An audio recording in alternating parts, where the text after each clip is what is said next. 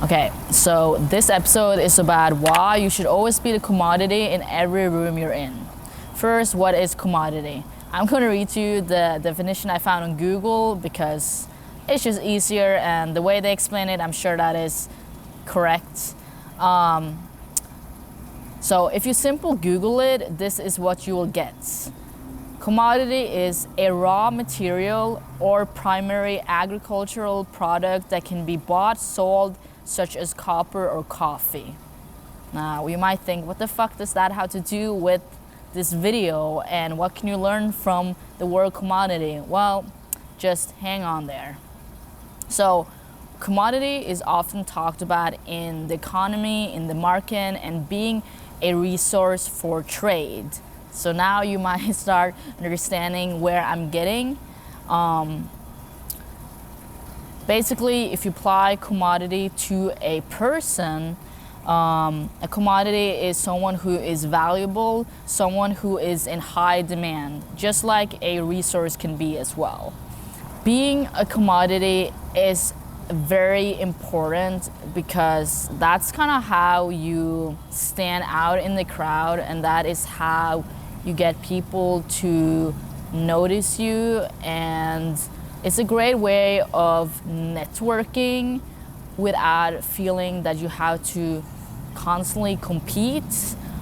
Because if you're a commodity, if you're the only person doing something with a certain skill set, or you are the only person in a certain field, then chances are that people who are in all other types of fields would want to connect with you because you're a commodity. You're like the unique, different, special outcast.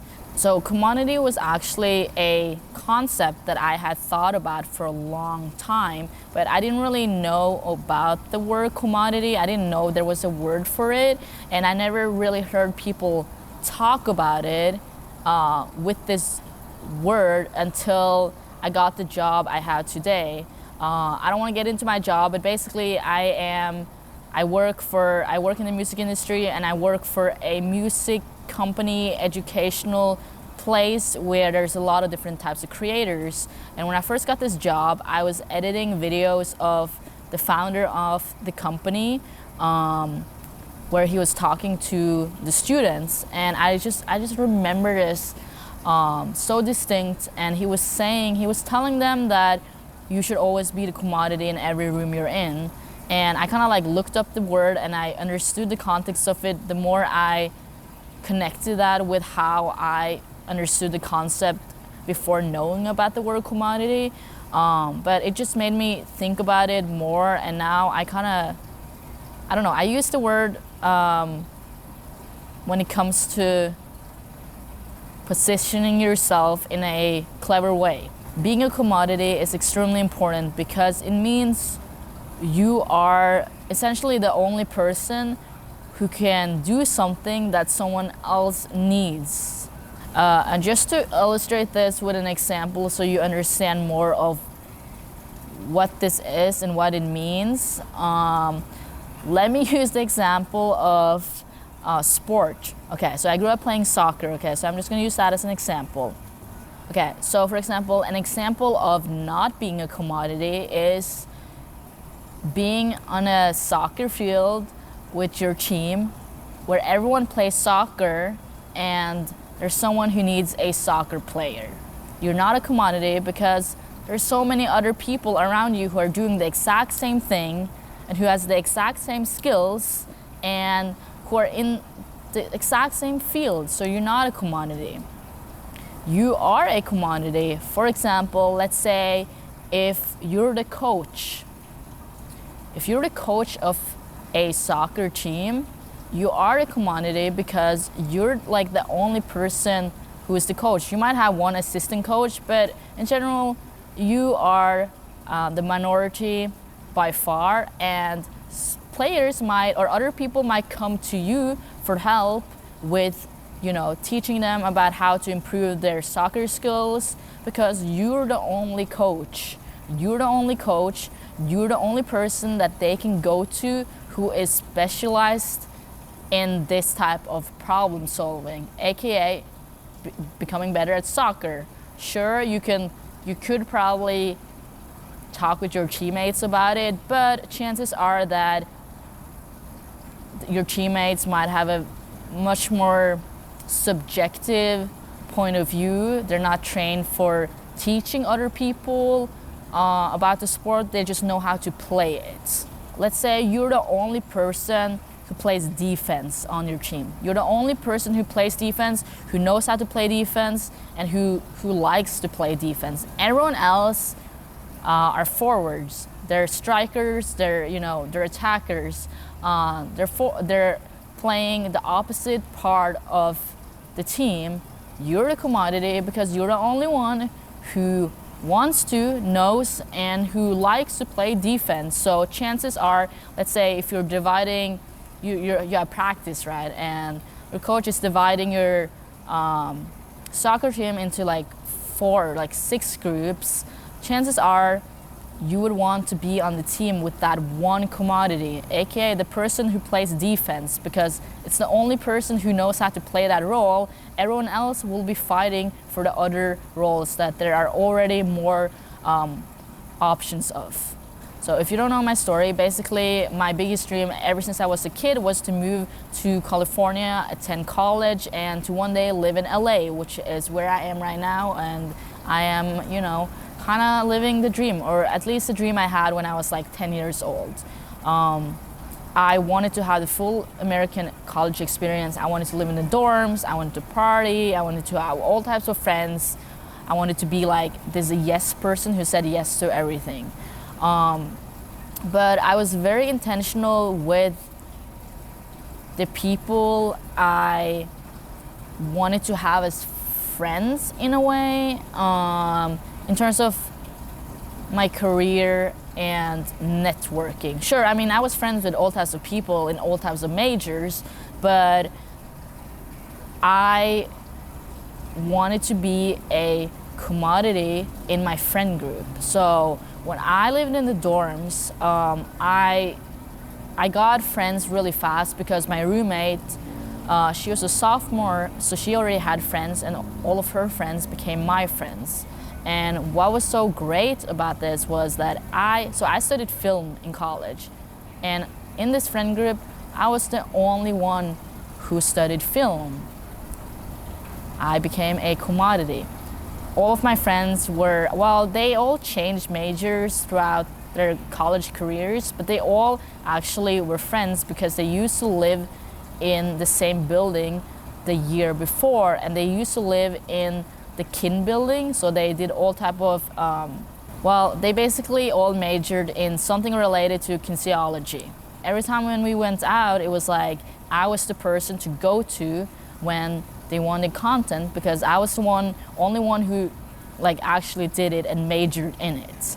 I just always went in with the mindset of I wanted to be the commodity with what I was doing. I wanted to be the only person who did it so that everyone could come to me for help. And if anyone knew about jobs, in the future, I wanted me to be the first pick.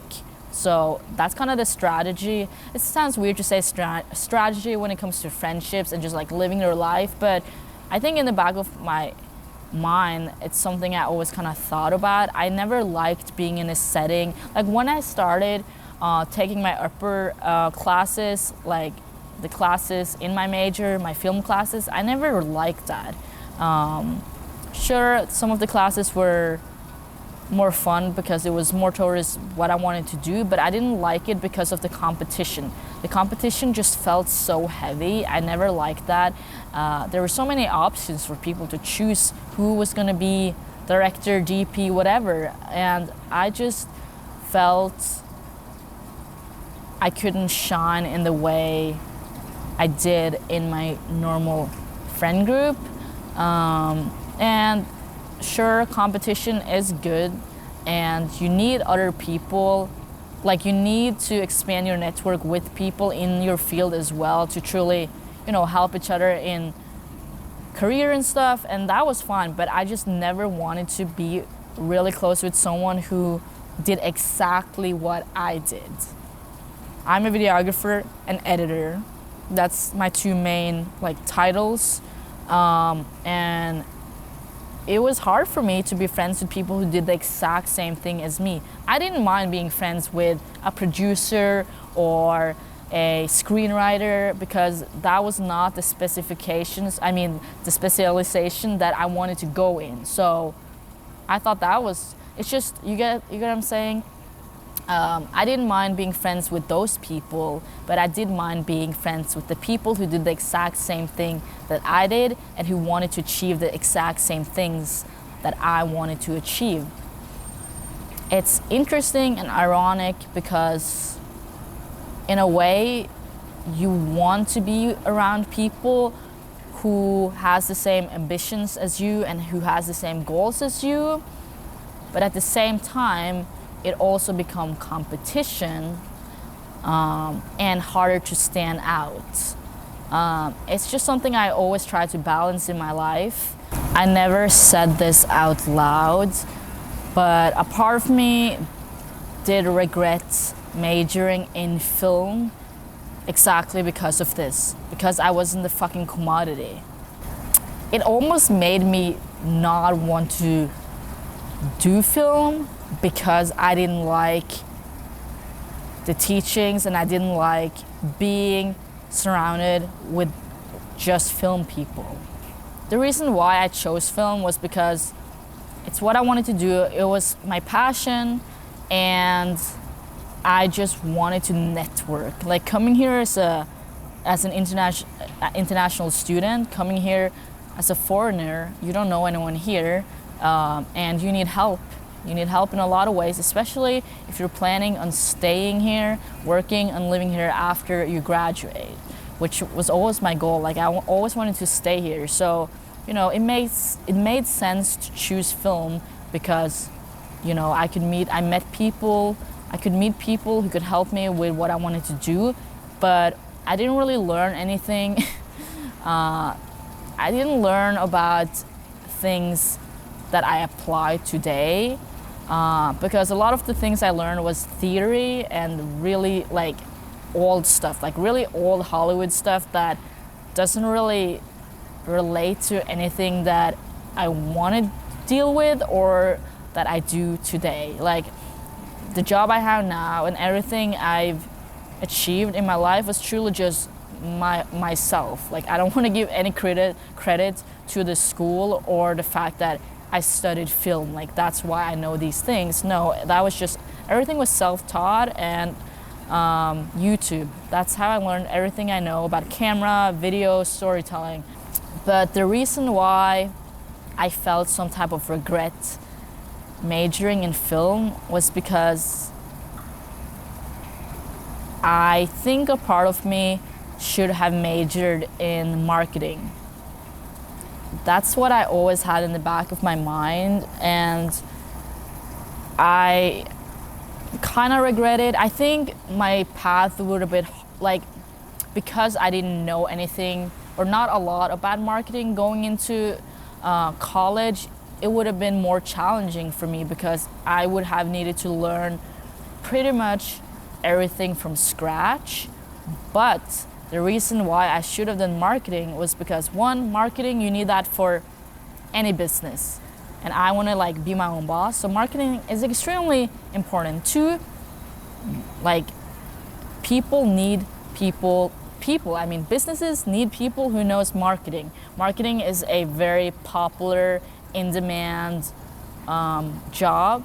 It pays well, and I think it's very fascinating because you learn a lot about society, trends, supply and demand, how to position yourself, messaging, and so on, which I learned a lot about on my own time after I graduated and after I like invested in this course and stuff. But I do wish I had like college knowledge about it to understand certain fundamentals that I never really learned, I guess. And if I did major in marketing, I would most likely be the only person who knew about film. I would be the only person to do videography, editing, content, photography, and being in a room full of people who are into marketing and more of the business side. Like, I would be such a commodity. I feel all of these people would come to me and ask for help with their business or working for a company because they would need videographers and editors and content creators. That would be a perfect commodity for me. This one time in film class, we were introducing ourselves the first day of class. It was like my junior or it was a senior year. I don't know, senior year I think, and that was like the year and I was like, okay, I'm gonna try to network as much as I can before I graduate.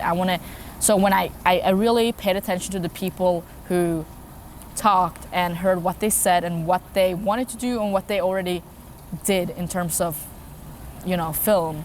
And this one guy was saying that he did a lot of freelance. He did freelance photography, videography. He had like his own freelance business. And after that class was over, I went up to him and I gave him my business card and I told him, hey, I'm a freelance videographer and editor. If you ever need help, like, here's my card. I just remember this conversation so distinct. And what he said was, if you want to be hired doing video content, you should go to the marketing department and promote yourself. You shouldn't be in a film class where there are other people doing the same thing. You need to go to a different department and sell yourself. And in that moment, I just knew that he was absolutely right, because this is what I had been thinking for years. But then hearing him say that was like a confirmation that, yeah, you're absolutely right. Like, you're no commodity in this class, but you are if you go to the business department or any other, major. So I always try to sell myself and promote myself in settings where I feel I'm the only one who knows this exact thing. It's much harder to just promote yourself and stand out when there's already 10 other people who can offer the same service, who do the exact same thing. If you're working on big projects, a big movie, of course you need a whole team, but I want to be the only one who does this exact thing. And I want people to want me because there's no one else than me. You gotta show up as an expert.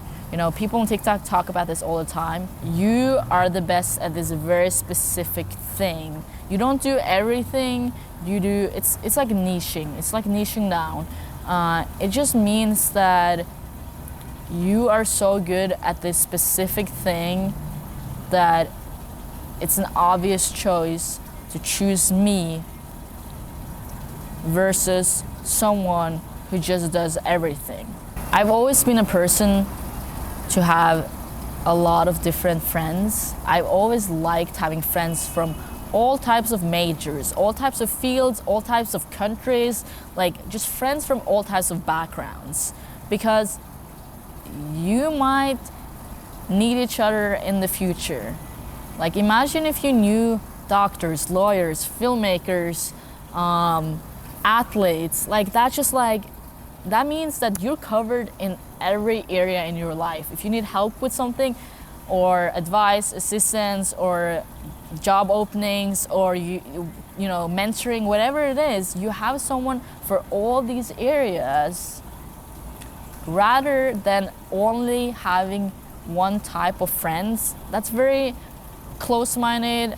It becomes hard if you work so much that work is your life. So of course, your coworkers and a lot of the people you hang with are going to be people related to work. So that's going to be people in the exact same industry as you, people who probably have the same position as you as well. But I try to, one thing is separating work from my personal life. It's very important to me. And then the other thing is to have friends from everywhere, friends who do all types of things. Because I want to be the video person. I want to be the content person that people come to me for. I want to be, if a friend I know works for a company and they need a videographer, I want that first person to pop up in their mind to be me. But it is also weird because you would want to be friends and close with people who are in the same field as you, because chances are that they probably know about more opportunities related to what you want to do. I just feel that if there is a job opening, they might tell you about it, and they might also tell 20 other people they know, because all of their friends are filmmakers. So they will also tell 20 other people about this position. You just don't feel that special. You don't feel that unique. You don't feel that your chances are that great. I've always had the mindset of being a commodity in every room I walk into without actually expressing that. But it's something I've always reminded myself of in those situations where I feel too much of the competition. The people I work with, they can't really say shit about what I'm doing. I think they just trust me because I'm the only person who does it. Versus if I'm on a film crew and everyone knows about what I'm doing, like it's easy for people to critique me, judge me, comment, and it's just like my risk level I feel is higher because these people already do this, or they have some level of knowledge and experience of what I do, so they judge me harder and I need to work harder. I'm not saying that I wouldn't not do as good of a job, but I think it's more of the mental thing, the mindset of feeling less competition and being more in control if you were working for a company where you are the only one doing that specific thing. I think I'm gonna end with that. I don't know how long this video is, but yeah, I think I'm gonna end with that. So yeah.